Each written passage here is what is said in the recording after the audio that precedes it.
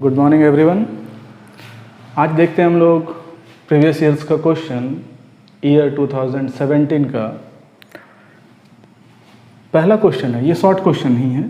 Differentiate between 2 marks का, differentiate between data hiding and encapsulation. ये जो आता है वो है चैप्टर 2 का सवाल, जिसमें हम लोग पढ़े थे जनरल उप्स कॉन्सेप्ट या ऑब्जेक्ट ओरिएंटेड प्रोग्रामिंग। तो उसमें ये पांचों पॉइंट जो था उप्स कॉन्सेप्ट का, data abstraction, data encapsulation, modularity, inheritance और पॉलीमॉर्फिज्म, वो पांचों को आप याद कर लीजिएगा। उसी में से ये 2 पॉइंट है, डेटा हाइडिंग और इनकैप्सुलेशन। डेटा हाइडिंग का जो डेफिनेशन है ये कहलाता है आपका डेटा एब्स्ट्रैक्शन। मतलब only essential information must be given to the user, background details must be hidden। तो जो डेटा हाइडिंग हो रहा है या डेटा एब्स्ट्रैक्शन है, जिसको हम लोग यहाँ पब्लिक, प्राइवेट या प्रोटेक्टेड बना के अचीव करते हैं, मतलब जो चीज़ हम यूज़र को दिखाना चाहते हैं या जो ज़रूरी का चीज़ है, यूज़र को सिर्फ वही दिखाया जाए, बैकग्राउंड डिटेल्स यूज़र को ना दिया जाए। इनकैप्सुलेशन ये था wrapping up of data and member function into a single unit. जब हम एक साथ डेटा मेंबर को और मेंबर फंक्शन को एक सिंगल यूनिट, जिसको हम क्लास के नाम से जानते हैं, ये हम लोग पढ़ेंगे क्लास एंड ऑब्जेक्ट में, जो चैप्टर 4 होगा हम लोगों का। अभी ये क्या कहता है डेफिनेशन कि जब हम एक साथ एक पैकेट बनाते हैं डेटा मेंबर्स का और मेंबर फंक्शंस का, तो वो प्रोसेस कहलाता है इनकैप्सुलेशन। तो दोनों में डिफरेंसेस लिख दीजिएगा, उसी का जो डेफिनेशन होता है वो। सेकंड नंबर सवाल है, what will be the sizes of following constants. ये 3 कॉन्स्टेंट्स दिया हुआ है, इसका पूछ रहा है कि ये मेमोरी में कितना जगह लेगा। सबसे पहले इसका बात करते हैं स्लैश ए। स्लैश ए ये कैरेक्टर, ये बैक स्लैश ए, ये लेगा मेमोरी में 1 बाइट।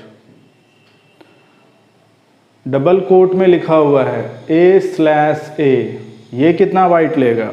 अब इसको कैसे काउंट करते हैं वो देखिए। यहाँ पे आइए, ये लिया 1 बाइट, ये लिया 2 बाइट और एक ऑटोमेटिक इसमें क्या जुट गया है, नल /0। तो ये एक जो बाइट एक्स्ट्रा आ रहा है, तो यहाँ पे आउटपुट कितना आएगा, 3 बाइट्स। 1, 2 और एक एक्स्ट्रा किसके लिए आया है, नल के लिए। याद करिए कि डबल कोट के अंदर एक एक्स्ट्रा बाइट मेरा आ जाता था, जो कि कौन सा था, नल, जो एंड ऑफ द कह सकते हैं कैरेक्टर कहला रहा है। तीसरा में क्या देख रहे हैं, JAC 2017/A, ये वाला है। ये मेमोरी में कितना जगह लेगा, तो ये काउंट करते हैं 1, 2, 3, 4, 5, 6, 7, 8, 9 और एक एक्स्ट्रा आएगा, कितना हो जाएगा ये, इसके लिए 10 बाइट्स। तो इस प्रकार से हम लोग काउंट करते हैं। ये आता है एग्जाम में, 1-2 सवाल और पूछा हुआ है, तो ध्यान रखिएगा कैसे काउंट करते हैं। सिंगल कोट में नल कैरेक्टर स्टोर नहीं करेगा, 0 नहीं रहेगा, लेकिन अगर डबल कोट का हम बात करते हैं तो वहाँ पे एक साइज बढ़ जाएगा। क्यों बढ़ जा रहा है, क्योंकि वो एक अंतिम में एक नल कैरेक्टर जो कि है मेरा /0, उसको वो स्टोर करता है मेमोरी में, ताकि उसको पता चल सके कि ये मेरा एंड ऑफ द वर्ड है या एंड ऑफ द कैरेक्टर है। कुछ और सवाल देखते हैं 2 मार्क्स के लिए, 2017 का ही। एक क्वेश्चन और है इसी का, जो आउटपुट था, इवैल्यूएट करना है, इवैल्यूएट द फॉलोइंग एक्सप्रेशन। क्या क्या है, इंटीजर में है A, B और C, और फ्लोट में है D और F। वैल्यू दिया हुआ है A का 4, B का भी 4 और D में है 1.5। इसमें 2 एक्सप्रेशन है, C = A ++ B × +D। एक ये है, पहले इसको सॉल्व करते हैं। सॉल्व किस प्रकार से होता है वो थोड़ा ध्यान रखिए। पिछला वीडियोज़ में भी था, पिछला साल भी था, 2019 में भी आया था, 18 में भी आया था। अब इसमें से क्या बताए हुए हैं हम कि सबसे पहले इसमें इंक्रीमेंट का काम होगा जो प्रीफिक्स में है। अब यहाँ देखिए प्रीफिक्स में कौन कौन सा है, सब सटा हुआ भी रहेगा तो भी ये प्लस प्लस है और ये प्लस प्लस बी है। पहले इसका काम कर लेते हैं। 1.5 से इसका वैल्यू कितना हो जाएगा, 2.5 हो जाएगा। एक बढ़ेगा, क्यों बढ़ रहा है, क्योंकि यहाँ प्रीफिक्स में है। इनटू ये भी देख रहे हैं प्लस प्लस बी, तो ये 4 से कितना हो जाएगा 5, और ये कितना हो जाएगा 4 का 4। अब इसका वैल्यू 5 क्यों लिए, इसका वैल्यू 4 क्यों ले रहे हैं।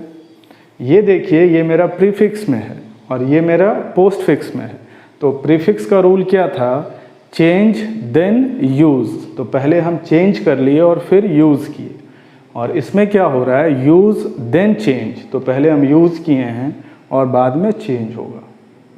वैल्यू क्या होगा, इसको पहले मल्टीप्लाई कीजिए, 5 × 10, 10 और 12.5 प्लस 4, मतलब हो जाएगा ये 16.5। लेकिन c जो है वो मेरा है क्या चीज़, इंटीजर, जिसके कारण से रिजल्ट जो आएगा वो कितना आएगा, सिर्फ 16 आएगा, ना कि 16.5। अगर c के जगह d होता या f होता तब वैल्यू क्या दिखाता, 16.5। फ्लोट वेरिएबल अगर है तभी वो फ्लोटिंग पॉइंट्स को रखेगा। तो 16.5 जो है वो एक फ्लोटिंग पॉइंट्स वैल्यू है। इसको अगर आप किसी इंटीजर में होल्ड करवा रहे हैं, मतलब किसी इंटीजर में रख रहे हैं, तो वो सिर्फ 16 को रखेगा, 0.5 को ये हटा देगा। तो इसका जो फाइनल रिजल्ट आएगा वो कितना आ रहा है मेरा, सिर्फ 16। इसी का दूसरा देखते हैं। तो पहला वाला का आउटपुट कितना आ रहा था मेरा, 16। सेकेंड है इसी का बी नंबर, उसमें क्या है, f = plus plus B into B plus plus minus plus plus A. इसको कैसे सॉल्व करेंगे वो देखिए। इंक्रीमेंट पहले कर लीजिए, 4 से ये कितना कर देगा 5 गुने ये भी कितना हो जाएगा 5, माइनस ये 4 से ये भी कितना हो गया 5, बढ़ा ना, ये minus 5 × 5 25 minus 5 it will give you 20। f है 20.0 लिख सकते हैं, वो भी आ सकता है। तो ये आउटपुट आया। पिछला आउटपुट क्या था मेरा 16। अब देखते हैं इसी का लॉन्ग में क्या था। शॉर्ट में देख रहे हैं 3 सवाल था। एक क्वेश्चन और था डेटा टाइप वाला कि पॉपुलेशन ऑफ ए सिटी के लिए कौन सा डेटा टाइप यूज़ है। Registration letter of a car, population of a city, average marks in a class and the number of student in a class। अब आते हैं थोड़ा सा लॉन्ग के लिए, उसका भी आउटपुट देख लीजिए। ये 3 मार्क्स का था। इसका क्या है, राइट द आउटपुट। इसका आउटपुट लिखना है हम लोगों को। सवाल है void main CLR clear screen, जो रिज़ल्ट को क्लियर कर देगा स्क्रीन पे। इंट r फॉर लूप चला हुआ है। Int i = 1, i <5, i plus और अंदर आ जाइए। r = पाव फंक्शन यूज़ किया गया है, i, i, और यहाँ सी आउट करवा लीजिए /n i/t, और यहाँ किसका वैल्यू है r का। ये हो गया बंद, और यहाँ जाते हैं गेट ch पे। 3 मार्क्स का आउटपुट है ये। कैसे सॉल्व करेंगे वो थोड़ा ध्यान दीजिए। क्लियर स्क्रीन यहाँ देखना ही नहीं है, यहाँ कोई वैल्यू नहीं है। सबसे पहले लूप में आइए। एक लूप चलाया गया है, कहाँ से, 1 से लेके कहाँ तक चलाना है, 5 से कम तक, मतलब ये चलेगा 4 तक। i है <, है सिर्फ, और i प्लस ये आएगा, यहाँ चेक होगा। i <5 है, ट्रू है, नीचे आएगा ये। अब r का वैल्यू कैलकुलेट कीजिए। r का वैल्यू कैसे कैलकुलेट होगा, पाव फंक्शन जो है मेरा, इसमें क्या गया 1 और 1 गया। पाव फंक्शन में यहाँ i का वैल्यू कितना था 1 था, और ये भी 1 है, तो 1 इंटू 1 ये क्या हो जाएगा, 1 का पावर 1 मतलब कितना आ गया, 1 आ गया। तो R का वैल्यू कितना हो गया, 1। तो आउटपुट में शुरू बार में I जो था मेरा 1, इधर लिख रहे हैं I जब मेरा क्या है 1, ये स्पेस प्रिंट करेगा और R भी कितना है मेरा 1। अब ये कंट्रोल को कहाँ भेजेगा, इसके पास। I इस बार कितना हो गया मेरा 2, यहाँ पे क्या आया 2 का पावर 2, मतलब जब I 2 है तो ये कितना आ जाएगा 4। I जब 3 होगा, I जब 3 होगा तो 3 टू द पावर 3, 3 का पावर 3 कितना हो जाएगा 27।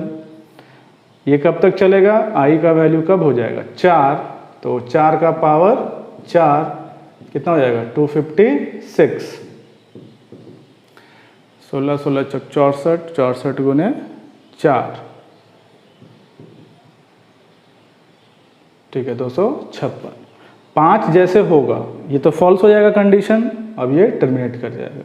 तो आउटपुट मेरा क्या आएगा, ये आएगा 1। ध्यान रखिएगा 1 इसके बगल में क्या था /t, जिसके कारण ये टैब आएगा R, फिर नेक्स्ट लाइन ये चेंज करवाएगा। तो देख रहे हैं कि बहुत बड़ा प्रोग्राम नहीं रहेगा आउटपुट के लिए, इसी प्रकार का कुछ रहेगा। प्रैक्टिस का चीज़ है, आउटपुट हो या प्रोग्राम लिखना हो थोड़ा सा प्रैक्टिस करना पड़ेगा आप लोगों को। ये सब रिवीजन टूर चैप्टर का ही था अभी तक, ठीक है। इसी में कुछ और भी ऐड करेगा, देखते हैं और भी कुछ है क्या 11th वाला में से।